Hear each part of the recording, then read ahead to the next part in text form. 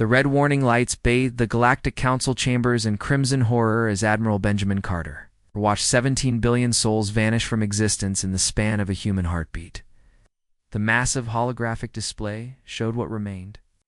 Of the Arcturus colony, nothing but dead space and drifting debris where moments before an entire civilization had thrived for millennia. Impossible, whispered Counselor Zarakai, her 8 eyes dilating with pure terror as she clutched the council podium with trembling claws. The void swarm consumed them in under 6 minutes. 6 minutes! Our most advanced defensive grid couldn't even slow them down. Ambassador Thelmoron's crystalline body flickered between transparent and opaque, sure sign of panic. Among his silicon-based species, this is the 18th system this month. At this rate, they'll reach the core worlds within 72 hours. His voice cracked like breaking glass. We're facing extinction. The chamber erupted into chaos. Representatives from 400 civilizations began broadcasting escape routes, evacuation protocols, and desperate surrender negotiations. Some species had already abandoned their seats, fleeing toward the outer rim where they hoped the swarm might not follow. That's when the transmission cut through their panic like a blade through silk. Galactic Council, this is Admiral Jake Morrison of the Terran Deep Space Command. We've been monitoring the swarm's advance pattern and are requesting permission to engage. The alien politicians froze. Did they hear that correctly? Earth, that godforsaken nightmare planet, where everything from the weather to the wildlife tried to murder you daily, was volunteering to fight an enemy that had just shredded the galaxy's most advanced military forces. Counselor Zarakai's mandibles clicked with what passed for laughter among her species. Admiral Morrison, while we appreciate Earth's enthusiasm, ... This situation requires civilizations with actual military capability, not a species that considers consuming ethanol a recreational activity. A ripple of nervous chuckles echoed through the chamber. These humans were adorable in their innocence, but let's be realistic. They still used chemical propulsion for space travel. Their weapons were crude, kinetic devices that belonged in a museum. What could cave-dwelling primitives possibly do against an enemy that had adapted to energy weapons, quantum torpedoes, and reality-warping technology? The silence that followed stretched like a taut wire before Morrison's voice returned, carrying something that made every alien's survival instincts suddenly scream danger. Counselor, with all due respect, you don't understand what you're dealing with. There was steel in that human voice now.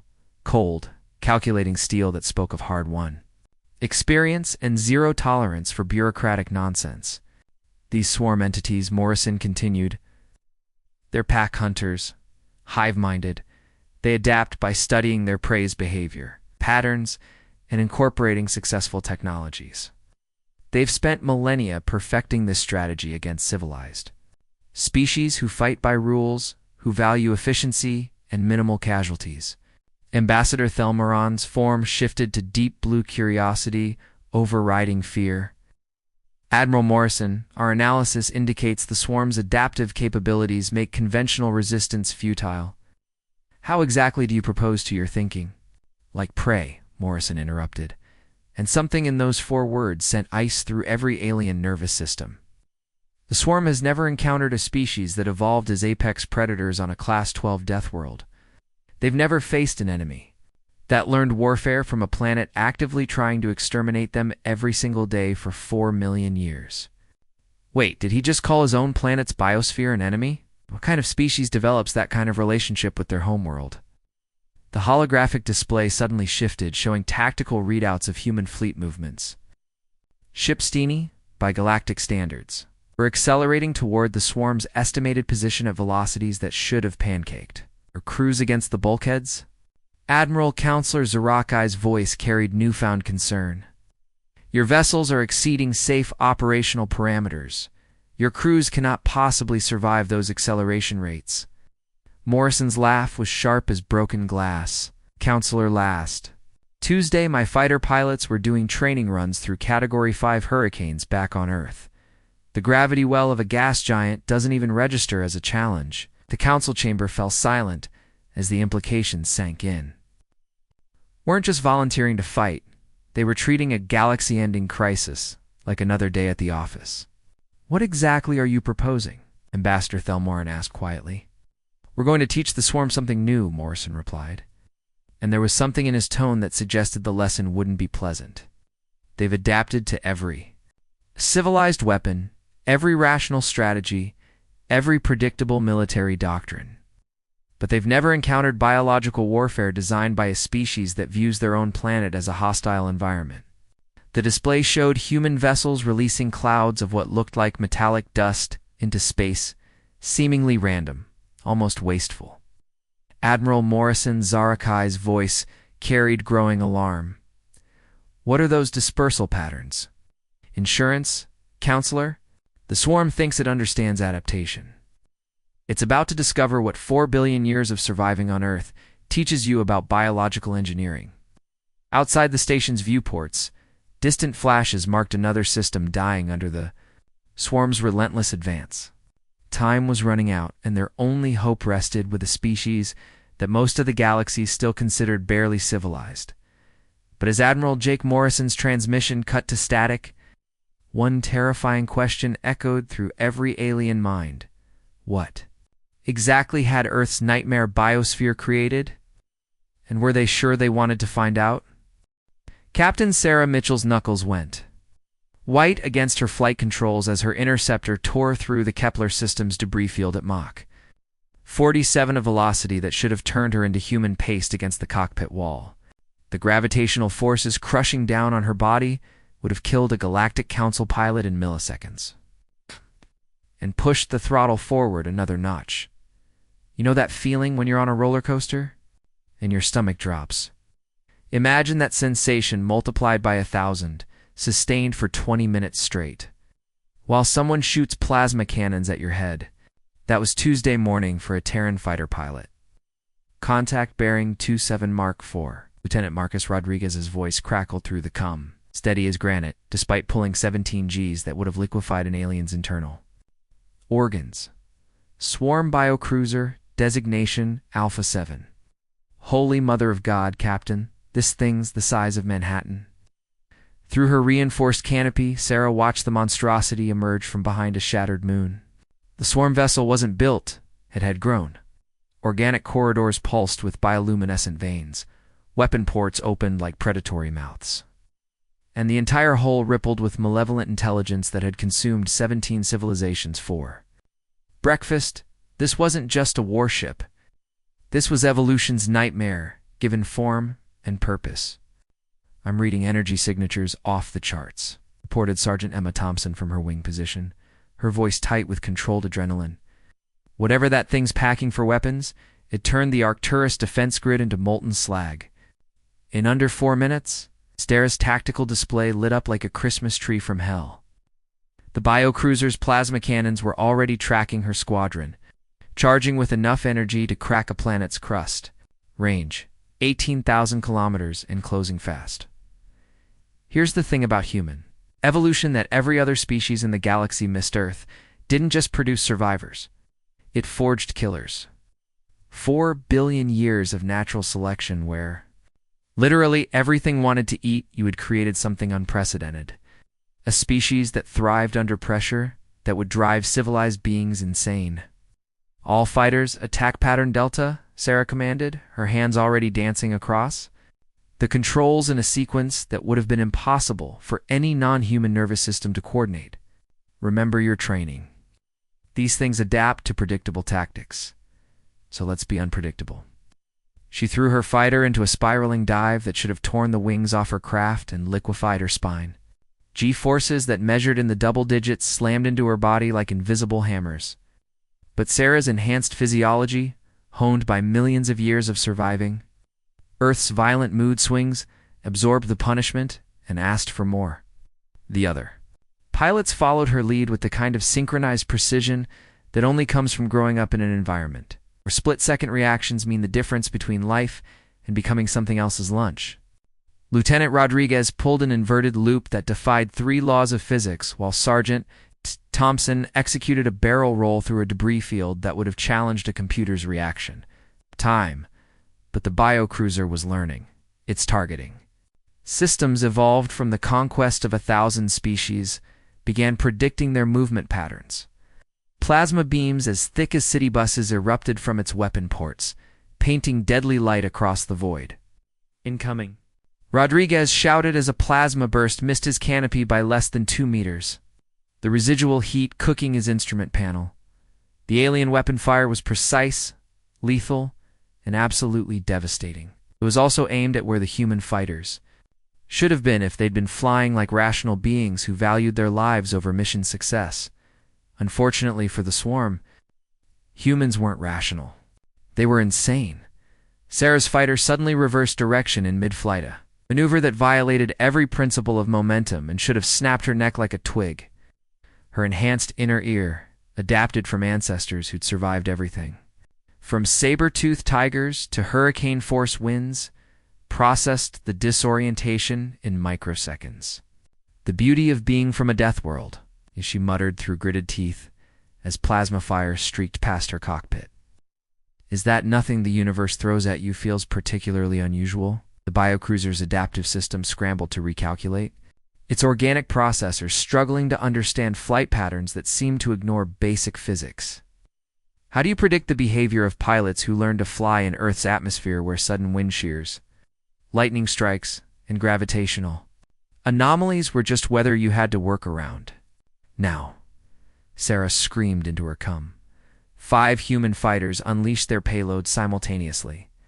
Not the elegant energy weapons favored by advanced civilizations. It's not the quantum torpedoes that could fold space-time, but something far more primitive. And infinitely more deadly kinetic kill vehicles traveling at relativistic speeds. The aliens called them crude. Humans called them effective. Tungsten penetrators moving at significant fractions of light. Speed don't care about adaptive armor, energy shields, or biomechanical hull regeneration. They care about one thing: reaching their target and converting their kinetic energy into very bad things happening to whatever they hit. The biocruiser's adaptive armor evolved to deflect energy weapons and absorb exotic particle beams might as well have been tissue paper. The kinetic rounds punched through its hull like bullets through butter, each impact releasing energy equivalent to a nuclear warhead.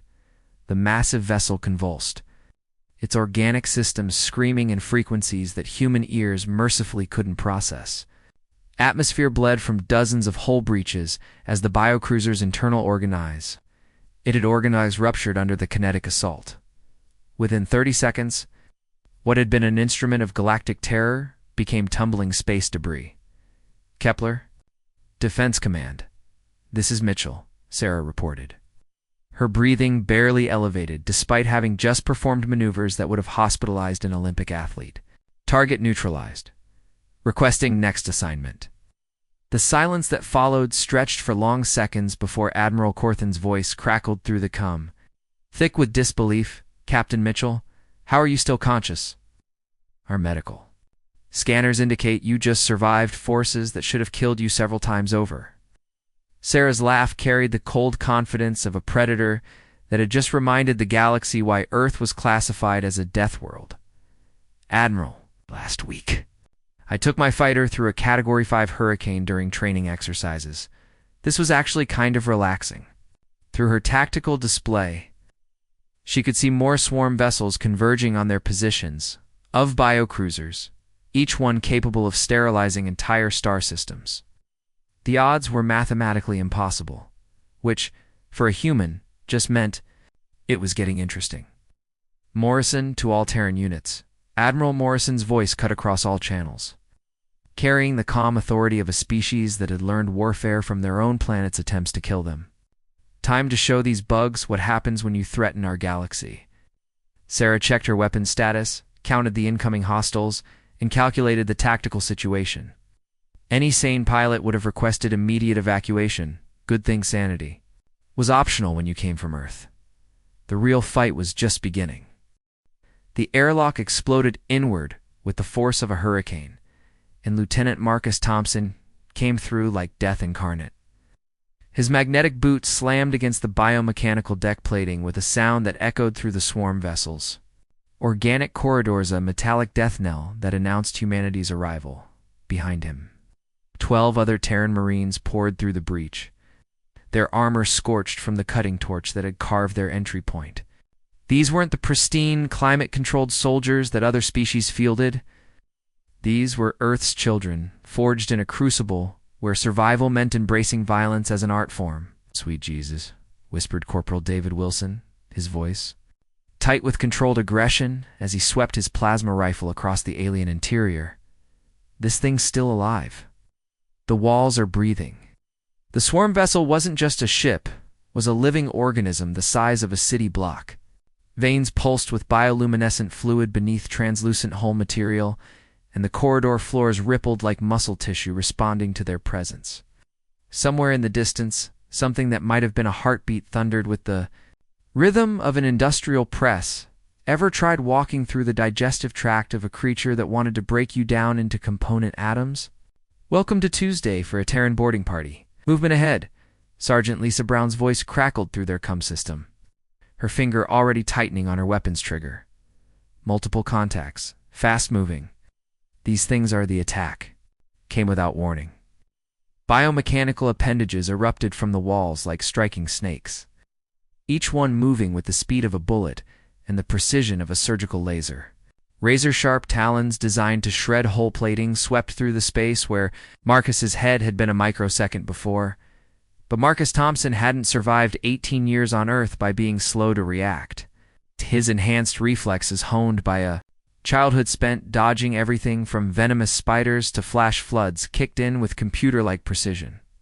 He hit the deck in a tactical roll that brought him up behind a ridge of organic hull plating, his plasma rifle already acquiring targets.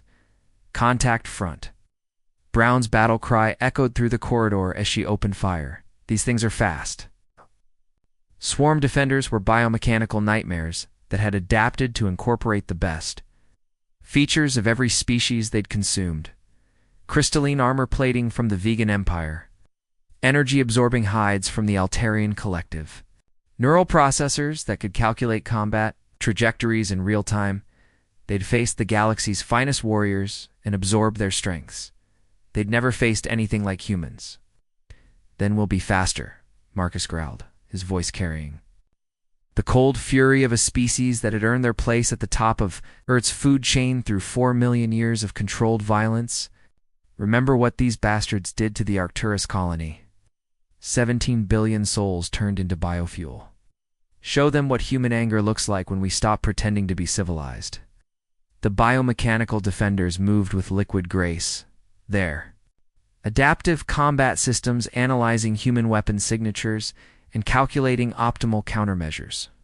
Their mistake was assuming humans would fight like rational beings who valued efficiency over emotional satisfaction. Private Jennifer Martinez proved them wrong by switching from her plasma rifle to a shotgun loaded with depleted uranium shells mid-firefight. The biomechanical entity that had been adapting to her energy weapons suddenly found itself experiencing the educational value of kinetic force applied at close range. "Thompson, we've got a problem." Brown's voice cut through the sound of tearing metal and organic screaming. "These things are trying to assimilate our tech." My rifle's showing integration attempts. The swarm's greatest weapon was its ability to absorb and incorporate enemy technology.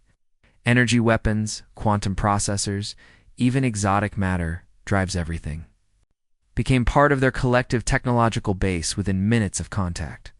Marcus smiled with the cold satisfaction of a predator, about to teach a lesson in evolutionary selection.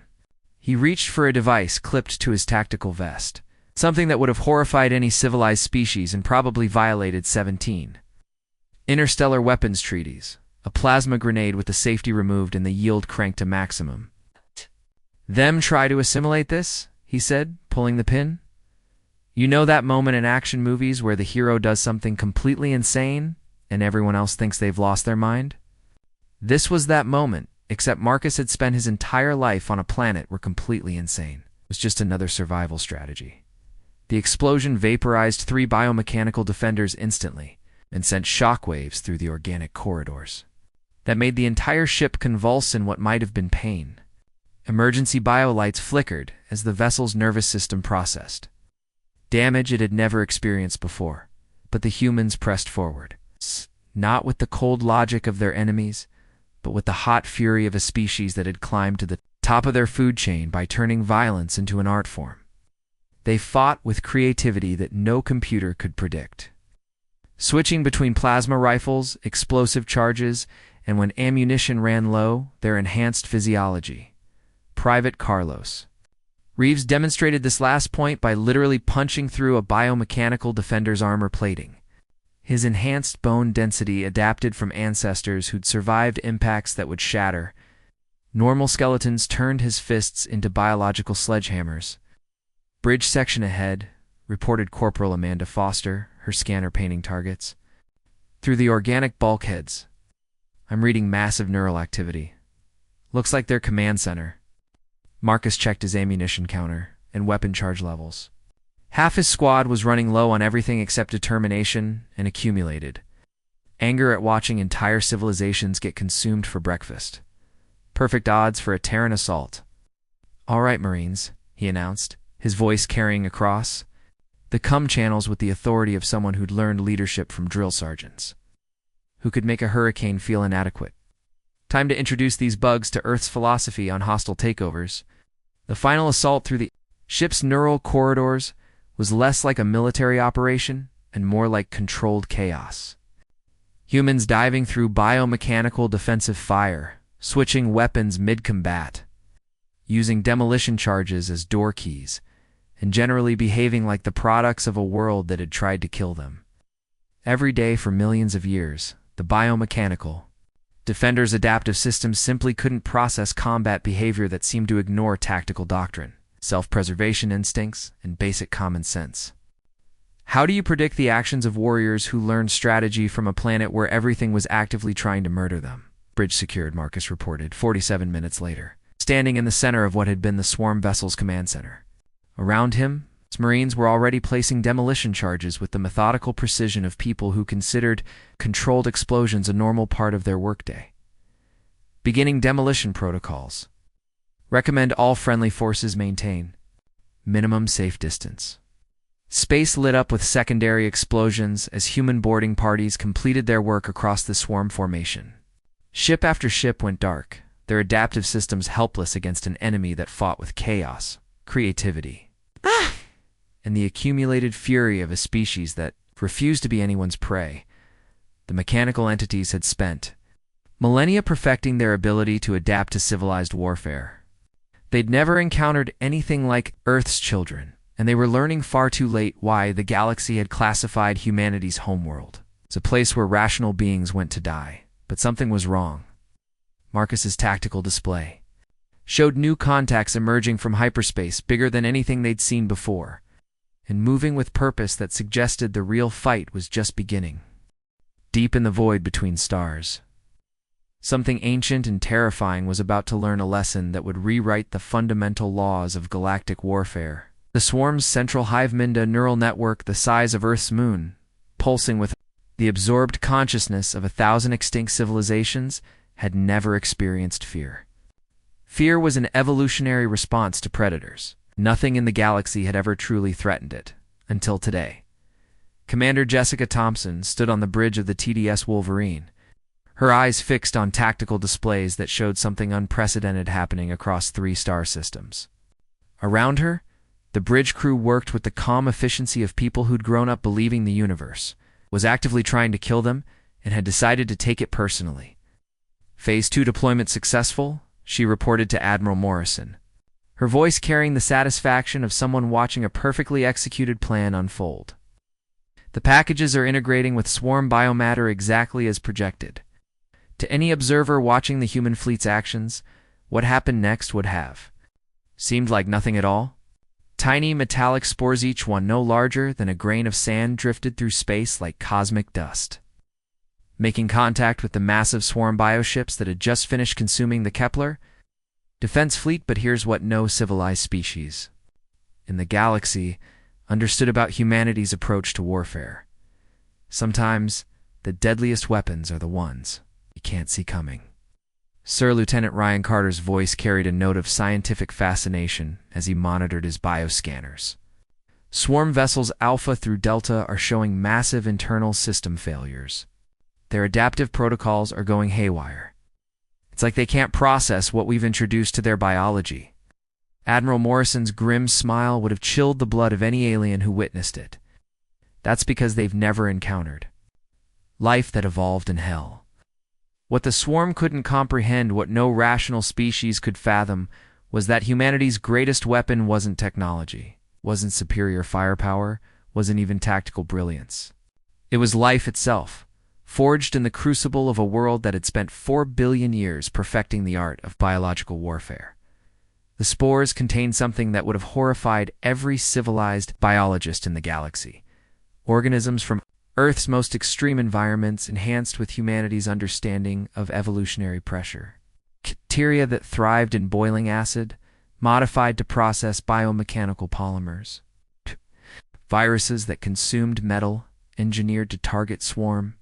Neural networks. Fungi that could break down any organic compound, weaponized. To rewrite cellular structures at the molecular level, think about the most resilient. Life forms on Earth, the bacteria that live in nuclear reactors, the organisms that thrive in volcanic vents, the microscopic predators that have survived every extinction event in planetary history. Now imagine those life forms had been given a PhD in aggressive genetic engineering by a species that considered their own planet a hostile environment. The first swarm, biocruiser to succumb, began convulsing like a living thing in agony. Sleek black hold, signed to absorb energy weapons and deflect kinetic projectiles, started changing color as Earthborn organisms claimed it as territory. Weapon ports that had melted entire space stations went dark. Neural conduits that had coordinated the consumption of civilizations began broadcasting something entirely different. "Captain Thompson," came Captain Sarah Mitchell's voice from her fighter squadron, electric with excitement and disbelief. "You need to see this. The biocruiser we hit first, it's not dying. It's God, I don't know how to describe it." Through the tactical display, Jessica watched as the massive swarm vessel transformed before their eyes. The jet-black biomechanical armor was shifting. Two, organic brown and green. Weapon emplacements were becoming something that looked disturbingly like flower buds. The entire ship was restructuring itself into something that had never existed before in galactic history. "It's becoming a garden," she whispered, her voice carrying the awe of someone witnessing evolution in fast forward. But this wasn't random mutation. This was directed biological transformation, guided by organisms that had learned survival from a planet where adaptation meant the difference between life and becoming something else's lunch. The Earthborn microbes weren't just consuming the swarm vessels, they were converting them into thriving ecosystems. "Morrison, what the hell have you done?" The transmission from Galactic Council headquarters carried panic that vibrated across subspace frequencies. "Our long-range sensors are detecting massive biological changes across the entire swarm fleet. 3 star systems worth of biomechanical warships are showing complete cellular restructuring." The swarm's hive mind was experiencing something unprecedented in its millions of years of existence, confusion bordering on terror. Its neural network, designed to process data from conquered civilizations and adapt their technologies, suddenly found itself receiving information it had no framework to understand. Joy, growth, symbiosis, cooperation. These concepts had no place. In a consciousness built around endless consumption and technological assimilation, the hive mind's processing centers distributed across bioships spanning multiple star systems began receiving chemical signatures that spoke of thriving life, sustainable ecosystems, and mutual benefit rather than parasitic dominance.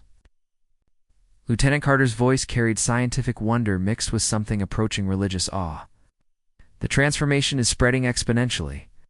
Every swarm vessel the spores contact is undergoing complete biological conversion. But they're not dying, they're becoming something entirely new."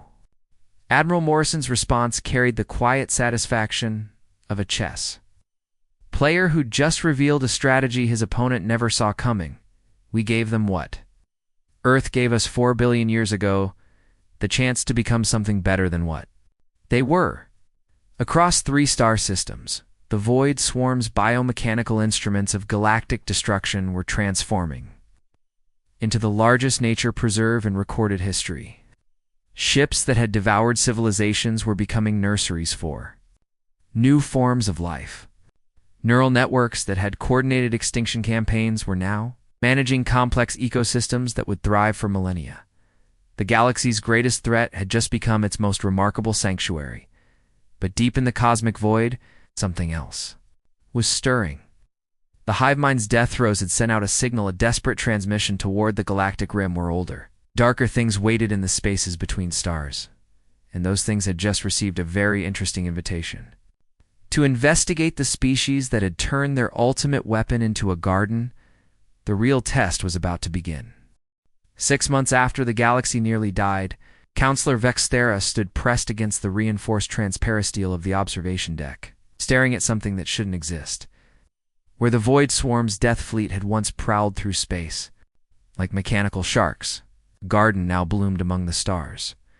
The transformed vessels stretched across the Kepler system like living sculptures carved from dreams and impossibility.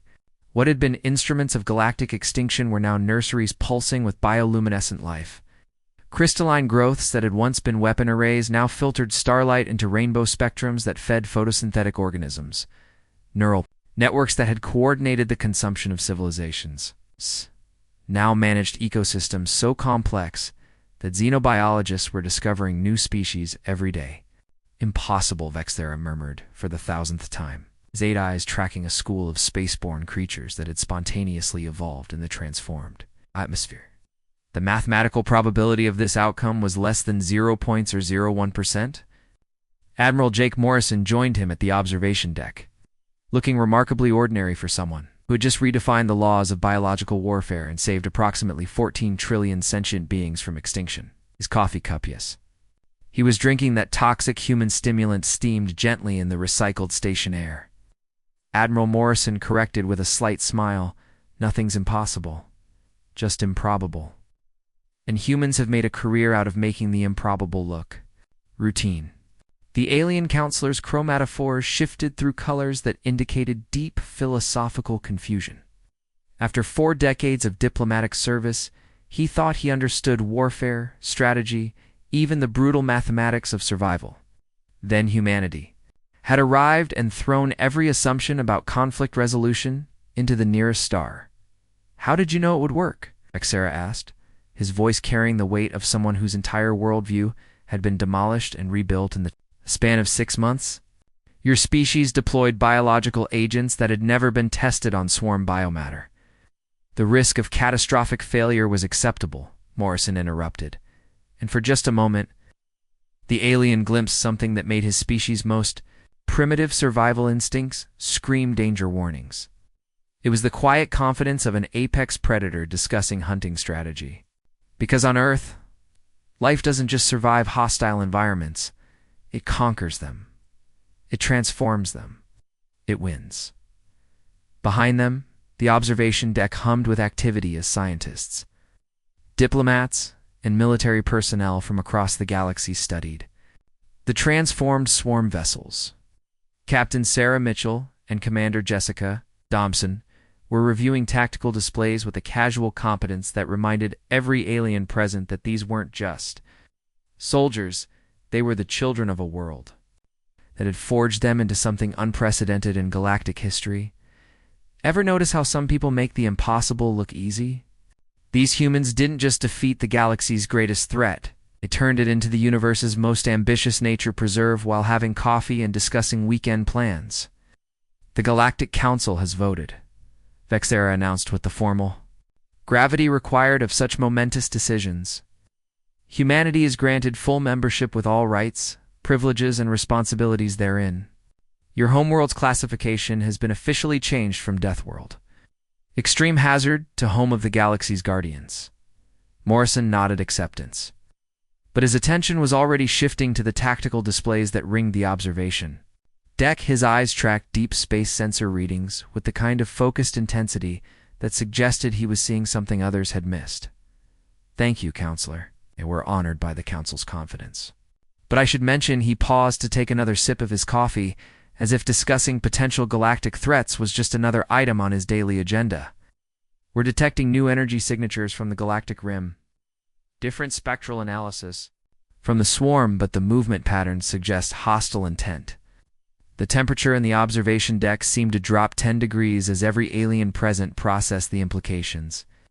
Vexetta's chromatophores flashed through the entire spectrum of terror, confusion, and despair. Another threat? His voice cracked with the strain of contemplating a second existential crisis. So soon after, how is this possible? Morrison's shrug carried the casual resignation of someone who'd grown up on a planet where catastrophic threats were just Tuesday. Counselor, there's always another threat. Hostile aliens, rogue AI, dark matter entities, interdimensional parasites. The universe is a big place with a lot of things that want to eat other things. That's exactly why the galaxy needs guardians. Captain Mitchell looked up from her tactical display, her expression carrying the same deadly calm that had characterized humanity's response to the swarm crisis. When she spoke, her voice held the confidence of someone who'd learned warfare from a world that tried to kill its inhabitants. As a hobby, don't worry, Counselor. Whatever's coming, we'll handle it. Vexathera's species had evolved sophisticated pattern recognition as a survival mechanism. Every instinct he possessed was screaming that he was standing next to predators who found galactic extinction events mildly inconvenient rather than world-ending catastrophes. Captain Mitchell, how can you possibly be so certain? We know nothing about these new entities. Their capabilities could exceed even the swarm's destructive potential. The smile that crossed her face was pure predator, beautiful and terrifying.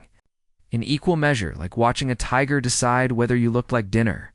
Because we're from Earth, Counselor. And Earth doesn't raise victims. As if summoned by her words, alert signals began flashing across every tactical display in the observation deck. New contacts were materializing at the edge of sensor range massive, moving with purpose, and heading directly toward the galaxy's most populated core systems.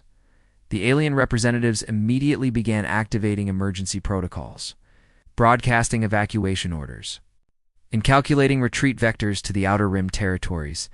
The humans began weapons checks. Captain Mitchell was already pulling up fleet deployment patterns, while Commander Thompson coordinated with deep space reconnaissance units. Admiral D. Morrison set down his coffee cup finally and started issuing orders with the calm authority of someone who'd done this before. All Terran vessels, this is Morrison. We have new contacts approaching from galactic coordinates 7-7-Mark-12. Unknown hostile intent, but assume the worst. Battle stations. Vexetta watched in growing amazement as the humans shifted from casual conversation to full combat readiness in under 30 seconds. No panic, no desperate strategic sessions, no political debates about response authorization. Just the smooth, efficient transition of apex predators who'd spotted new prey. Some threats required careful diplomacy and extended negotiations. Others needed advanced technology and superior numbers, but sometimes the galaxy needed something that had learned to make hell itself into home. Something that viewed extinctional-level events as challenging but manageable problems, requiring creative solutions. Sometimes the universe needed Deathworlders, and as the unknown contacts continued their approach toward inhabited space, humanity was ready to answer that call again, because that's what Guardians do. The end.